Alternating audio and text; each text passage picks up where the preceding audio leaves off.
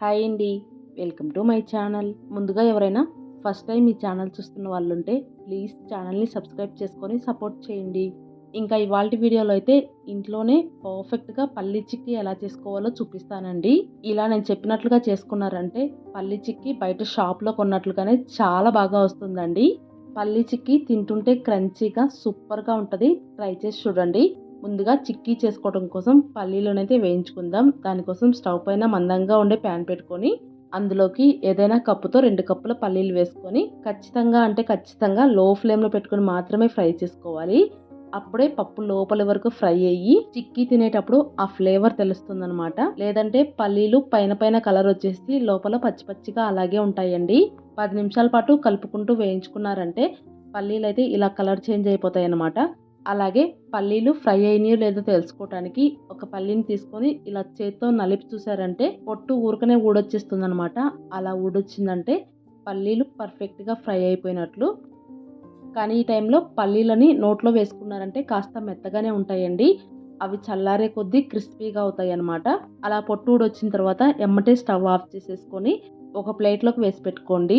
ప్లేట్‌లోకి వేసి పెట్టుకున్న తర్వాత పల్లీలన్నీ కూడా గోరువెచ్చగా అయిపోయి మన చేత్తో తాకటానికి వీలుగా ఉండే టైంలో పల్లీలన్నింటినీ కూడా ఇలా చేత్తో నలిపేసుకొని పొట్టు మొత్తం తీసేసుకోవాలి. అలాగే పల్లీలని 2 దబ్బలుగా చేసుకొని పక్కన పెట్టేసుకోండి. ఇప్పుడు పాకం పట్టుకోవడం కోసం స్టవ్ పైన మళ్ళీ ప్యాన్ పెట్టుకొని మనం ఏ కప్పుతో అయితే పల్లీలు తీసుకున్నామో సేమ్ అదే కప్పుతో ఒక కప్పు పల్లీలకి ఒక కప్పు చొప్పున బెల్లం పొడి వేసుకొని కొద్దిగా నీళ్లు కూడా వేసుకొని బెల్లాన్ని అయితే కరగనివ్వండి. బెల్లం కరుగుతూ ఉంటుంది. ఈలోపు బటర్ పేపర్ కానీ లేదంటే ఏదైనా ప్లేట్ కానీ తీసుకొని దానికి కొద్దిగా నెయ్యి అప్లై చేసి పెట్టుకోండి. అలాగే ఏదైనా అడుగు ఫ్లాట్‌గా ఉండే ఒక గిన్నెకి ఇంకా చపాతీ కర్రకు కూడా నెయ్యి అప్లై చేసుకొని పక్కన పెట్టేసుకోండి. ఇలా రెడీ చేసి పెట్టుకున్నామంటే పాకం వచ్చినెమ్మటే దానిపైన చిక్కీ చేసుకోవటానికి ఈజీగా ఉంటుందన్నమాట. అలాగే బెల్లం కూడా కరిగిపోయి ఇలా ఉడకడం స్టార్ట్ అవుతుంది. అలాగే మీరు గమనించినట్లయితే పాకం కూడా చిక్కబడుతూ ఉంటుంది. ఇలా పాకం చిక్కబడే టైంలో పాకాన్ని మధ్య మధ్యలో నీళ్ళల్లో వేసుకొని చెక్ చేసుకుంటూ ఉండండి. నేను ఇక్కడ ఫస్ట్ ఒకసారి పాకాన్ని నీళ్ళల్లో వేసుకొని చెక్ చేసుకుంటున్నాను చూడండి. పాకం అయితే సాగుతూ ఉందన్నమాట. ఇలా సాగుతూ ఉంటే గనక పల్లి చిక్కీ కూడా మనం తినేటప్పుడు పంటికి అంటుకుంటూ ఉంటుందన్నమాట.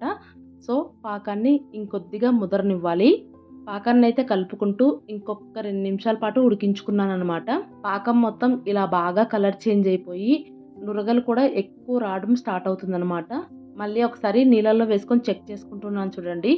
పాకాన్ని నీళ్ళల్లో వేయంగానే పాకం అంతా కూడా ఒకటే దగ్గర పడిందంటే గనక పాకం వచ్చినట్లు అర్థం.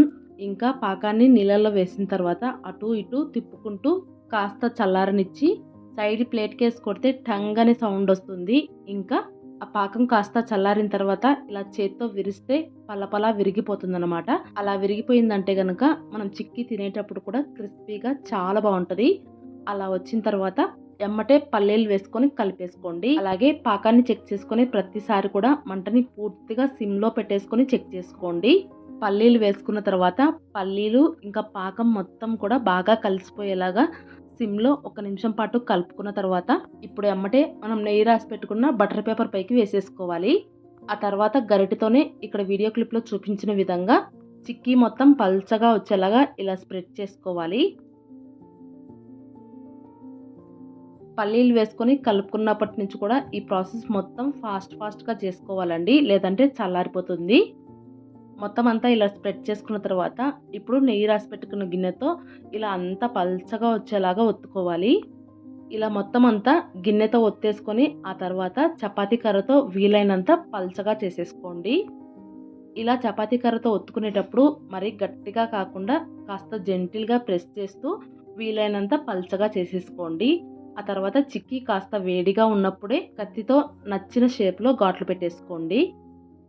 కత్తితో ఇలా ఘాట్లు పెట్టుకునేటప్పుడు చేత్తో కాస్త గట్టిగా ప్రెస్ చేస్తూ ఘాట్లు పెట్టుకున్నారంటే ఘాట్లు ఈజీగానే పడిపోతాయన్నమాట. అన్నీ కూడా ఇలా ఘాట్లు పెట్టేసుకున్న తర్వాత చిక్కీని 10 నిమిషాల పాటు చల్లారనివ్వండి.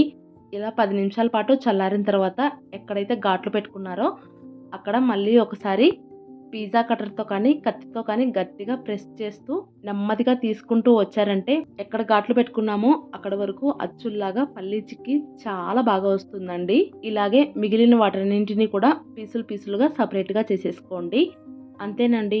ఇలా చిన్న చిన్న టిప్స్ పాటిస్తూ చేసుకున్నారంటే పల్లీ చిక్కీ పర్ఫెక్ట్గా బయట షాప్లో కొన్నట్లుగా చాలా బాగా వస్తుందన్నమాట.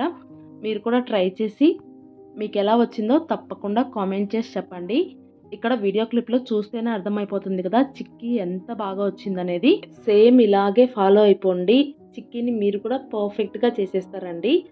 బయట దొరికే అనవసరమైన ఫుడ్లు పెట్టే బదులు ఇలా చేసి పెట్టి పిల్లలకు ప్రతిరోజు ఒక చిన్న చిక్కీ ఇచ్చిన చాలండి. హెల్త్కి చాలా మంచిది. ఇంకా చిక్కీ ఎంత క్రిస్పీగా వచ్చిందో ఇక్కడ మీరే చూడండి.